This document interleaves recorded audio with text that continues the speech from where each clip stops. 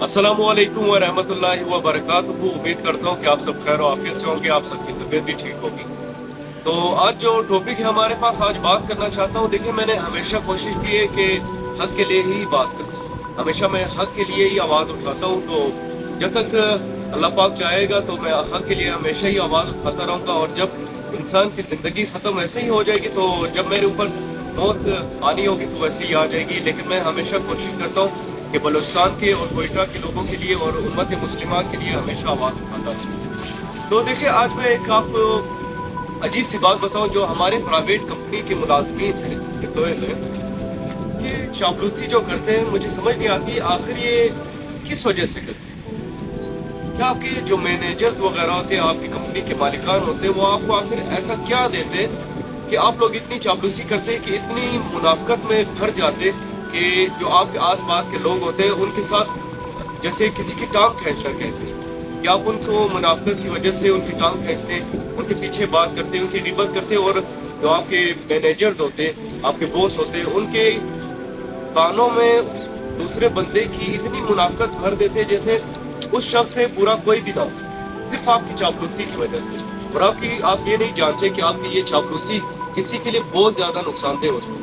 कि आजकल की जो मैं कोयटा की बात करता हूँ, कोयटा में जो कंपनीज हैं, ठीक है, और गवर्नमेंट के लेवल तक तो मैं बात नहीं करूँगा, गवर्नमेंट में तो एक अजब ही किस्सा है। लेकिन मैंने देखिए, आपको एक्सपीरियंस मेरा प्राइवेट कंपनी में, मैंने प्राइवेट कंपनी में ऑलमोस्ट कोयटा की हर कंपनी में जो है मेरा ताल्लुकात रह चुका है। बहुत सी कंपनी है, चाहे वो शूज़ कंपनी हो, चाहे वो गाड़ियों की कंपनी हो, मोटर्स की कंपनी हो, बाइक्स की कंपनी हो, या फिर आपके जूसेस की कंपनी हो, मल्टीनेशनल कंपनीज हो, बहुत सी कंपनियों में मैंने काम किया।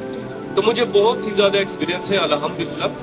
तो आज भी मैं हूँ जो प्राइवेट 3 से 4 कंपनीज के लिए काम करता हूँ। तो मैंने कभी भी इस चीज़ के बारे में नहीं सोचा कि यार, अगर मैं किसी कंपनी से निकाल दिया जाऊंगा या मैं किसी कंपनी को रिजाइन दे दूंगा तो फिर मेरे रिस्क का क्या होगा, मैं पैसा कैसे कमा सकता हूँ। मैंने कभी भी ये गुमान नहीं किया। आज भी अगर मैं किसी कंपनी के लिए काम कर रहा हूँ, तो अगर मेरे पीछे कोई मुनाफकत करेगा तो मैं ये कंपनी छोड़ दूँ या कोई भी ये कंपनी ख़त्म हो जाए, मुझे 1% का भी डर नहीं।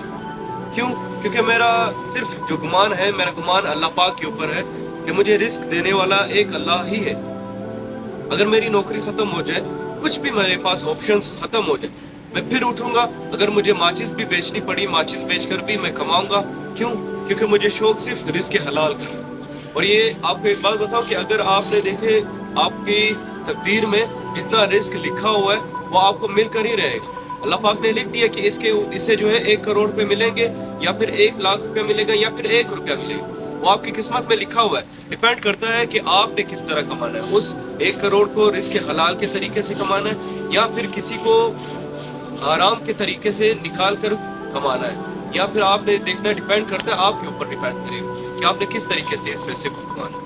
तो मैं कोशिश यही करता हूँ कि रिस्क हलाल की तरफ रहूँ। मेरे पास बहुत से ऑप्शन आए हैं हराम कमाने के, हत्ता कि इतने भी ऑप्शन आए कि मैं एक दिन में, मैंने एक कैलकुलेट किया कि 33,000 रुपये मुझे एक दिन में बच रहे थे। लेकिन मैं हमेशा यही सोचता हूँ कि यार, अगर ये मैं एक दिन में 33,000 कमा सकता हूँ, तो ये कौन सी मैं कंपनी के साथ हरामखोरी कर रहा हूँ। अगर मैं वो 33,000 एक दिन में घर में ले जाऊंगा तो मैं महीने के ना जाने कितने लाखों करोड़ों रुपए भी कमा सकता हूँ।